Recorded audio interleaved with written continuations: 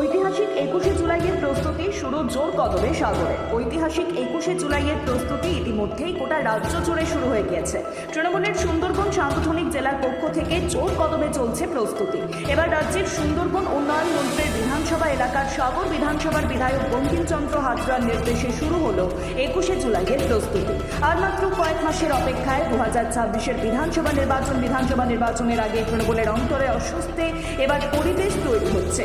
সেই অস্তিত্বের পরিবেশকে ঠিক করার জন্য এবং কর্মী সমর্থকদের উজ্জীবিত করার জন্য 2026-এর বিধানসভা নির্বাচনের কথা মাথায় রেখে তৃণমূলের কাছে 21শে জুলাই শহীদ দিবস অত্যন্ত তাৎপর্যপূর্ণ। মঙ্গলবার সাগর বিধানসভা জুড়ে শুরু হয়েছে দেওয়াল লিখন কর্মসূচি। দেওয়াল লিখনের মাধ্যমে কর্মী সমর্থকদের 21শে জুলাইয়ের শহীদ দিবসে যোগদানের এবং আহ্বান জানাচ্ছেন তৃণমূল কংগ্রেস।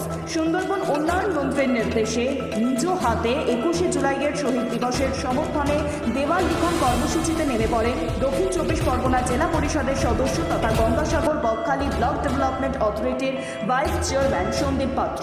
এ বিষয়ে সন্দীপ পাত্র তিনি জানান, কয়েকদিন আগে তৃণমূলের সুন্দরবন সাংগঠনিক জেলার পক্ষ থেকে 21শে জুলাইয়ের প্রস্তুতি নিয়ে একটি বৈঠক করা হয়েছে এবং সেই বৈঠকের পর রাজ্যের সুন্দরবন উন্নয়ন মন্ত্রীর নির্দেশে দিকে দিকে দেওয়াল লিখন কর্মসূচিতে নেমে পড়েছে তৃণমূল কংগ্রেসের কর্মী সমর্থকেরা। লক্ষ্য 2026-এর বিধানসভা নির্বাচন, আর এই বিধানসভা নির্বাচনের কথা মাথায় রেখে 21শে জুলাইয়ের প্রস্তুতি আমাদের জোর কদমে চলছে। গঙ্গাসাগরের প্রত্যন্ত দ্বীপ এলাকা থেকে আমাদের লক্ষ্য 21শে জুলাইয়ের শহীদ সমাবেশে 10 থেকে 12,000 কর্মী সমর্থকদের জমায়েত। চলছে দিকে দিকে প্রস্তুতি ও প্রচার। 21শে জুলাইয়ের শহীদ সমাবেশের মঞ্চ থেকে রাজ্যের মুখ্যমন্ত্রী তথা তৃণমূলের সুপ্রিমো মমতা বন্দ্যোপাধ্যায় কর্মী সমর্থকদের উদ্দেশ্যে কী বার্তা দেন আগামী 26-এর নির্বাচনের কথা মাথায় রেখে, সেদিকেই তাকিয়ে রয়েছে রাজনৈতিক মহল।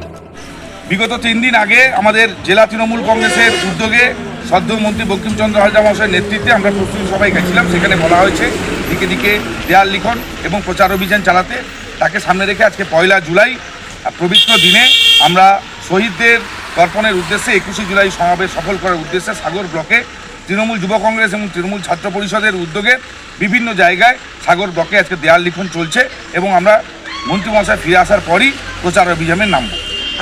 এই যে সুন্দরবনের একেবারে প্রত্যন্ত এলাকা, এখান থেকে কত সংখ্যক মানুষ যেতে পারে? কি 2026-এ যেহেতু আমাদের লক্ষ্য বিজেপিকে এই বাংলা থেকে, যেভাবে বিজেপি নামক একটা সাম্প্রদায়িক দল বাংলায় বিভাজন করার চেষ্টা করছে, তাকে প্রতিহত করার জন্যে আমরা ছাত্র যুব এবং তৃণমূল কংগ্রেসের কর্মী সমর্থক মিলে আমরা 10 থেকে 12,000-এর লক্ষ্যমাত্রা নিয়ে আমরা এগোচ্ছি। 10 থেকে 12,000 মানুষ সাগরের এই দ্বীপ থেকে ভ্যাসেল করে, নৌকা করে, লঞ্চ করে বিভিন্নভাবে আমরা ধর্মতলায় বিগত বছরের মতো উপস্থিত হব।